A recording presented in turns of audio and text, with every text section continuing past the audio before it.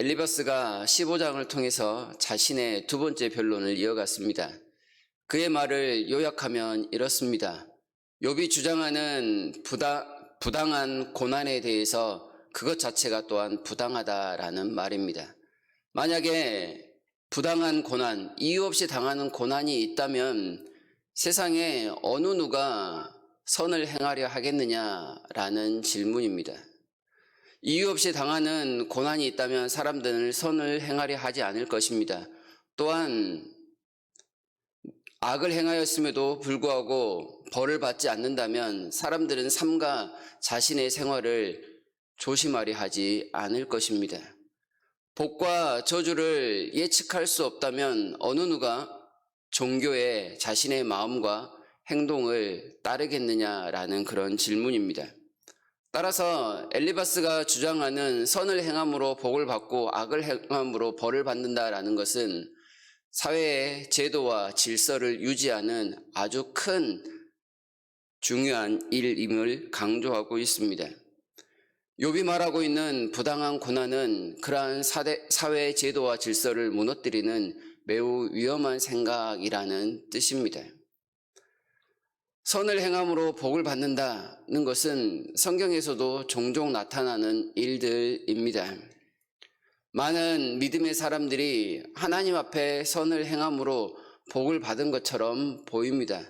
그러나 우리가 분명히 보아야 할 것은 성경에서 말하는 그 내용이 과연 사람의 행위에 따라서 하나님께서 복을 주셨는가 하는 문제입니다. 믿음의 조상 아브라함만 하더라도 로마서에 보면 4장에서 길게 논증을 하고 있는데요. 아브라함이 하나님을 믿음에 그것이 그에게 의로 여겨진 바 되었다라는 말씀을 합니다. 성경에서 겉으로 보기에 행함으로 복을 받는 것처럼 보이지만 그 행함 때문이 아니라 하나님은 그들이 믿는 믿음 때문에 복을 주셨다라고 말씀을 합니다.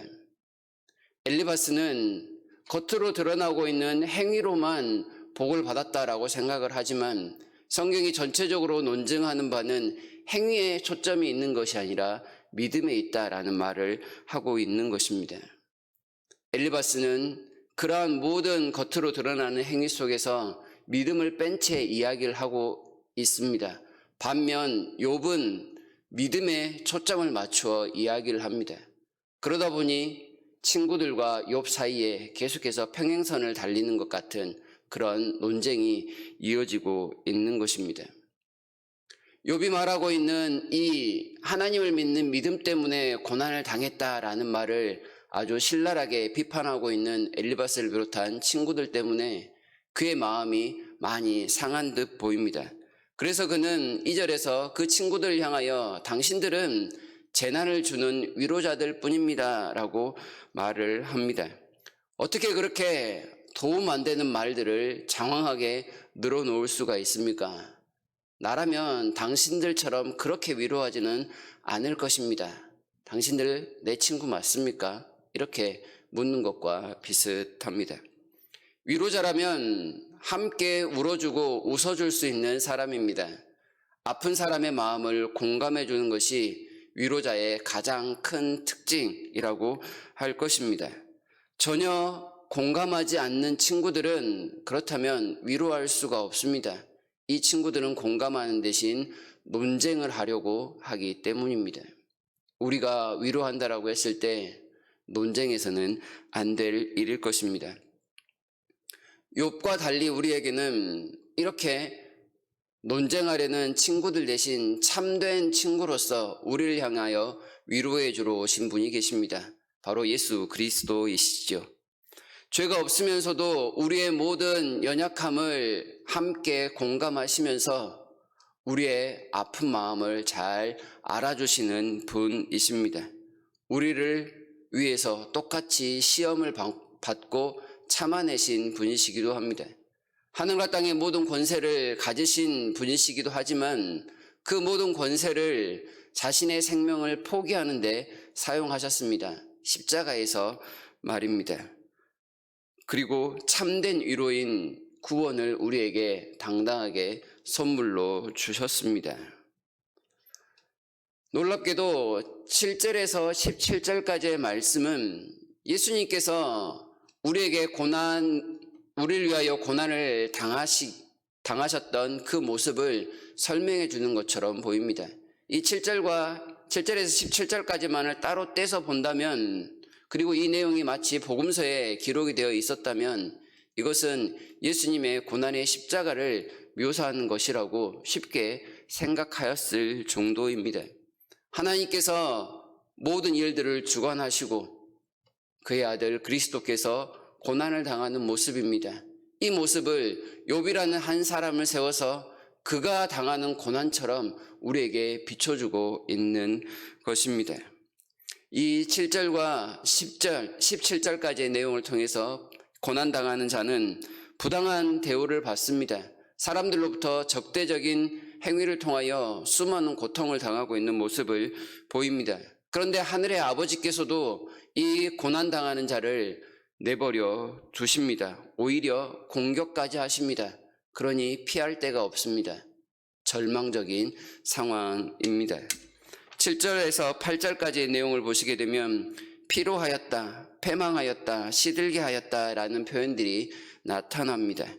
예수님께서 하늘 보좌를 버리시고 이 땅에 오셨습니다. 세상에서 예수님은 머리 둘 곳도 없으셨다라고 말씀을 합니다.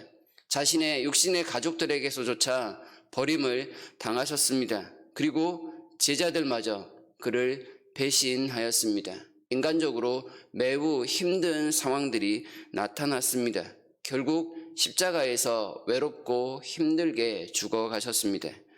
9절을 보시게 되면 진노하사 나를 찢고 적대시하시며 나를 향하여 이를 갈고 원수가 되어 날카로운 눈초리로 나를 보신다 라는 말씀을 합니다. 채찍질로 온몸이 찢기셨습니다. 그러한 예수님을 향하여 아버지께서 저주를 내리셨습니다. 원수처럼 날카롭게 째려보시면서 예수님을 고린도후서의 말씀처럼 죄 그 자체가 되게 하셨다는 말씀입니다. 10절과 11절을 통하여서는 행악자들에게 던진 바 되었다라고 말씀을 합니다. 예수님의 삶이 강도 중 우두머리처럼 강도들 사이에 십자가에 달려 죽으시는 모습을 보입니다. 그리고 그런 아들을 향하여 아버지께서 고개를 돌리십니다.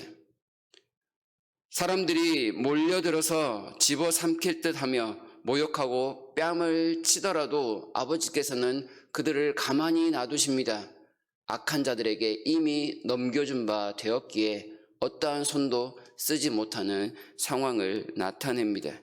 12절에서 14절까지는 평안은 꺾여버리는 그런 모습, 그리고 한 사람을 관역으로 삼아 수없이 살을 쏘아대는 그런 모습을 묘사합니다.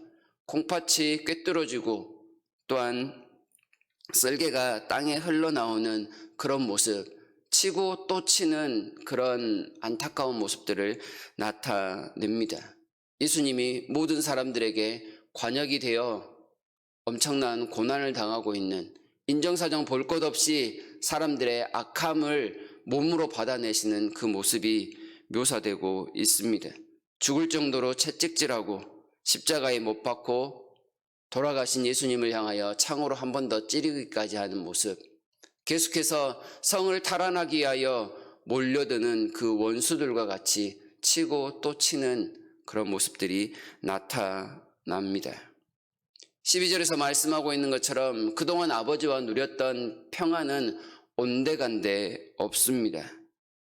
그리고 이러한 공격을 다 받아내고 있는, 말하고 있는 화자 욥의 모습은 만신창이가 된 모습입니다. 15절에 굵은 배를 꿰매어 내 피부를 덮었다라는 표현이 나오는데요.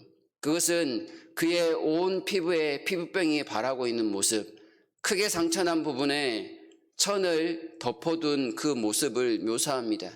마치 누더기를 걸치고 있는 것과 같은 상태인 것이지요. 이렇게 모든 마음의 평안도 없고 육신도 다 망가져버린 상황에서 욥은 17절에 놀라운 고백을 합니다. 그러나 내 손에는 포악이 없고 나의 기도는 정결하니라. 욥 자신은 끝까지 하나님을 향하여 정결함을 지켰습니다라고 고백합니다. 이것은 다른 말로 하면 저는 여전히 하나님만을 믿고 있습니다 라는 뜻입니다. 이러한 믿음을 근거로 욥은 하나님을 한 번 더 바라봅니다. 사람들과는 전혀 말이 통하지 않으니 하나님 아버지께 자신의 모든 것을 다 아뢰겠다라고 이야기를 합니다. 그러면서 그는 중보자를 구하고 있습니다. 세상의 친구들은 나의 원통함을 풀어줄 자격이 되지 않으니, 그럴 능력도 되지 않으니 하나님 아버지 곁에 계시는 중보자를 통하여 나의 모든 이 안타까움을 해소하려고 하는 것입니다. 그 중보자는 하늘에서 나를 향한 증인이 될 것이며 내 편이 될 것입니다. 곧 욥은 절망 중에도 소망을 지금 발견하고 있는 것입니다.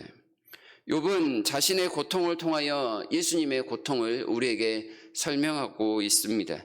또한 주님을 믿는 사람들에게 이 세상을 살아가는 소망이 무엇인지를 분명하게 가르쳐 줍니다. 그 소망은 바로 우리 주 예수 그리스도라고 알려줍니다. 바랄 수 없는 현실 속에서도 우리 주님이 여전히 살아계십니다. 그래서 우리에겐 소망이 있습니다. 주님은 하늘에서 내 편이 되어주시고 우리를 향하여 증언하시고 하나님을 향하여 중보하고 계십니다. 땅에서 말이 안 통하고 또한 만신창이가 되어 눈물을 흘릴지라도 하늘에서 우리 하나님께서 분명히 그 모든 눈물을 닦아 주실 것입니다. 그리고 우리를 위로해 주실 것입니다. 주님께서 구별하신 주님의 날, 이 날에 우리가 예배드리면서 우리와 함께 하시는 그 주님의 위로를 마음껏 경험했으면 좋겠습니다. 우리의 마음을 오직 주님께만 고정하면서 하나님을 복되게 예배하시는 하루가 되기를 진심으로 바랍니다.